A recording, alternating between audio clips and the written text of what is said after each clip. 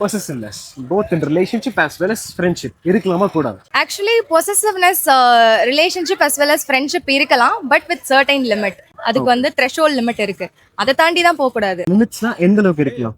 அதாவது இப்போ வந்து ஒரு ஒரு டைம்ல நானும் என் ஃப்ரெண்டும் இருக்கேன் அப்படின்னா, அவன் சம்டைம்ஸ் பாதியில எந்திரிச்சு போறான், சம் ஒர்க்குக்காக தான் போறான்ற அளவுக்கு நம்ம புரிஞ்சுக்கிற தன்மை இருக்கணும். அந்த டைம்ல வந்து ஏன் போனான், பாதியிலே விட்டுட்டு போனான் அப்படின்னு சொல்லிட்டு கோவப்படக்கூடாது. Okay, understanding. ஓகே, அண்டர்ஸ்டாண்டிங் இருக்கணும். ரிலேஷன்ஷிப்ல பொசசிவ்னஸ் இருக்கலாம்னு சொல்லுவேன். ஏன்னா நம்ம வந்து அவங்க கிட்ட தான் ஷேர் பண்ண போறோம். ஸோ அந்த டைம்ல வந்து அவன் எல்லாமே எக்ஸ்பிளைன் பண்ணிட்டு போறது வந்து தப்பு இல்லை. ஸோ அவங்களுக்கான டைம் வந்து அவங்க கொடுக்கலாம். பொசசிவ்னஸ்ல மேக்ஸிமம் இந்த படத்துலலாம் பார்த்தோம்னா சிலதை எம்ப்ரேஸ் பண்ணி சொல்லியிருப்பாங்க. For example animal movie, Arjun Reddy, இந்த மாதிரியான மூவிஸ் தான் இருக்கு பாத்தீங்களா, ஒரு சிக்மா. அது வந்து இருக்க கூடாதுன்னு தான் நான் சொல்லுவேன்.